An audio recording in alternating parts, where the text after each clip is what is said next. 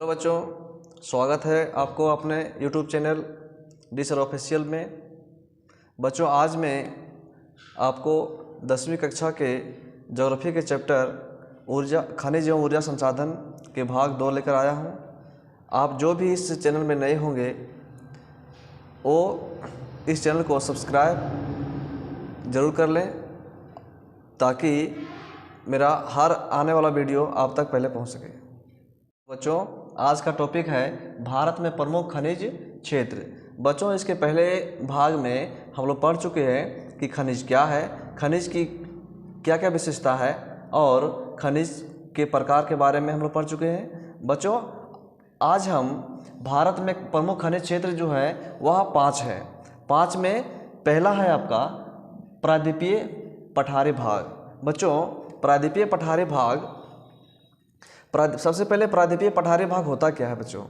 प्रायद्वीपीय पठारी भाग जो होता है कि स्थल भाग जो तीनों ओर से जल से घिरा हो और एक क्षेत्र स्थल भाग से जुड़ा हो, उसे प्रायद्वीपीय पठार कहते हैं। बच्चों, इस प्रायद्वीपीय पठार जो है वह भारत के खनिज के क्षेत्र में उसे हृदय स्थल माना जाता है बच्चों, क्योंकि भारत के अधिकांश जो जितने भी खनिज पाए जाते हैं इसी प्रायद्वीपीय पठार में पाया जाता है। दूसरा जो है क्षेत्र वह है अरावली पर्वतीय क्षेत्र। यह जो है यह अरावली पर्वत राजस्थान के जो अरावली पर्वत है उसके आसपास में पाया जाता है। यहाँ पे खनिज अल्प मात्रा में पाया जाता है। तीसरा है ब्रह्मपुत्र घाटी।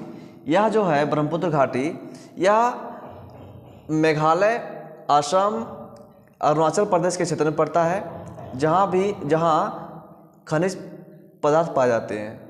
और चौथा है आपका हिमालय क्षेत्र। हिमालय क्षेत्र भारत के उत्तर भाग में पड़ता है। यहाँ पे खनिज मात्रा बहुत ही कम मात्रा में पाया जाता है। और पांचवा है भारत के दक्षिण पूर्व तटीय क्षेत्र। जो भारत का ये दक्षिण और ये पूर्व का जो भाग है, तटीय मैदान है, तटीय क्षेत्र है, यहाँ पर भी खनिज पाए जाते हैं।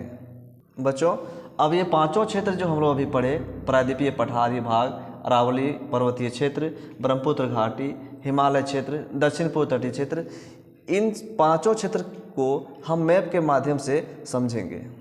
तो बच्चों, पहला हम लोग पढ़े थे प्रायद्वीपीय पठार।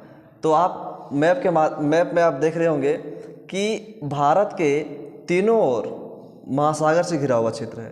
तो ये जो मध्य प्रदेश से लेकर के तमिलनाडु तक का जो एरिया है, इसमें से तीन ओर जल से घिरा हुआ है, इसी को कहते हैं प्रायद्वीपीय भाग। भारत के खनिज पदार्थ जो है सबसे अधिक जो है इसी प्रायद्वीपीय पठारी भाग में पाया जाता है, जिसमें से प्रायद्वीपीय क्षेत्र के उत्तर पूर्वी भाग, जिसमें से बिहार, झारखंड, पश्चिम बंगाल और छत्तीसगढ़ और उड़ीसा आता है। उसके बाद बात करें इसके दक्षिण में तो कर्नाटक, आंध्र प्रदेश और तेलंगाना और पूर्वी मध्य प्रदेश आता है, महाराष्ट्र आता है। दूसरा प्रकार पढ़े थे हम लोग अरावली पर्वतीय क्षेत्र। अरावली पर्वत क्षेत्र जो है आप ये मैप में देख रहे होंगे, राजस्थान में, ये राजस्थान का क्षेत्र है। अब इस राजस्थान में एक पर्वत श्रृंखला है जिसका नाम है अरावली, और इसी अरावली क्षेत्र के आसपास में खनिज पदार्थ पाए जाते हैं। तीसरा है ब्रह्मपुत्र घाटी क्षेत्र। अब ब्रह्मपुत्र घाटी जो है ये तिब्बत से चलकर जो यहाँ पे अरुणाचल प्रदेश में प्रवेश करती है और असम और मेघालय क्षेत्र में है। तो इस क्षेत्र में भी भारत में बहुत प्रचुर मात्रा में खनिज पदार्थ पाए जाते हैं। चौथा है आपका हिमालय क्षेत्र। हिमालय के जो तराई भाग है इस भाग में भी खनिज पाए जाते हैं, लेकिन बहुत ही अल्प मात्रा में पाया जाता है। और पांचवा है दक्षिण पूर्व तटीय क्षेत्र।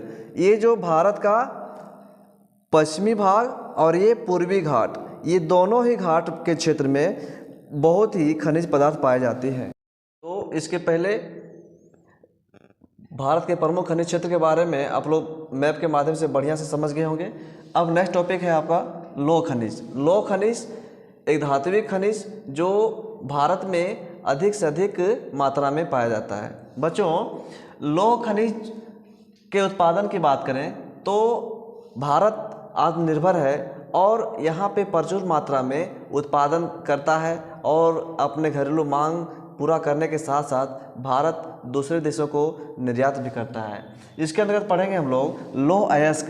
लौह अयस्क एक आधारभूत खनिज है जिसे आधुनिक औद्योगिक विकास की रीढ़ कहा जाता है। बच्चों, लौह अयस्क इसलिए कहा जाता है इसे औद्योगिक विकास की रीढ़ क्योंकि इसके बिना हम किसी भी औद्योगिक विकास की कल्पना नहीं कर सकते हैं। भारत में लौह अयस्क दो प्रकार के पाए जाते हैं जिसमें से हेमेटाइट और मैग्नेटाइट है।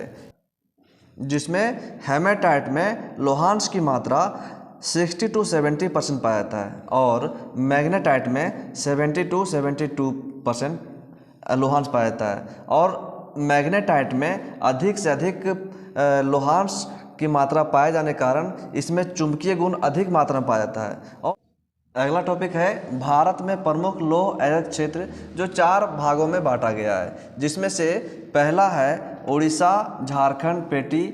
पेटी का अर्थ जहां है क्षेत्र से है। तो उड़ीसा में और झारखंड पेटी क्षेत्र में भारत में हेमेटाइट किस्म के लौह अयस्क पाए जाते हैं जो बहुत ही उच्च किस्म के होते हैं। उड़ीसा में मयूरभंज और केंदुझर ये 2 ऐसे क्षेत्र हैं जहां पे हेमेटाइट किस्म के लौह अयस्क पाया जाता है। इसी प्रकार से झारखंड पेटी में गोवा और नोवा मुंडी जो झारखंड के सिंहभूम जिले में पड़ता है, यहाँ भी हेमेटाइट किस्म के लौह अयस्क प्रचुर मात्रा में पाया जाता है। दूसरा है दुर्ग, बस्तर, चंद्रपुर पेटी जो महाराष्ट्र और छत्तीसगढ़ राज्य में पड़ता है।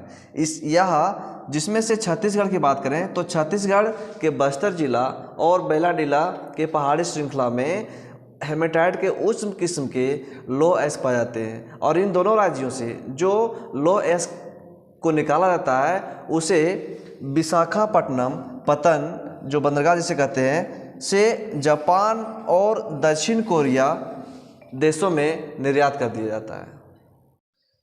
तीसरा है बल्लारी, चित्रदुर्ग, चिकमंगलुरु, तुमकुर पेटी। इस क्षेत्र में यह जो क्षेत्र पड़ता है वह कर्नाटक राज्य में पड़ता है। कर्नाटक राज्य के कुद्रेमुख यहाँ पे जितना भी लौह अयस्क को निकाला जाता है उसका 100% उसे निर्यात कर दिया जाता है। और चौथा है महाराष्ट्र, गोवा पेटी। और महाराष्ट्र गोवा पेटी जो है इस क्षेत्र में बहुत उच्च किस्म के लौह अयस्क तो नहीं पाया जाता है, परंतु दस्ता से दोहन करके इसे मर्मागावो जो गोवा में स्थित बंदरगाह से इसे निर्यात कर दिया जाता है। बच्चों, आज का वीडियो में इतना ही। यदि यह वीडियो आपको अच्छा लगे तो लाइक, शेयर और सब्सक्राइब जरूर करें। धन्यवाद।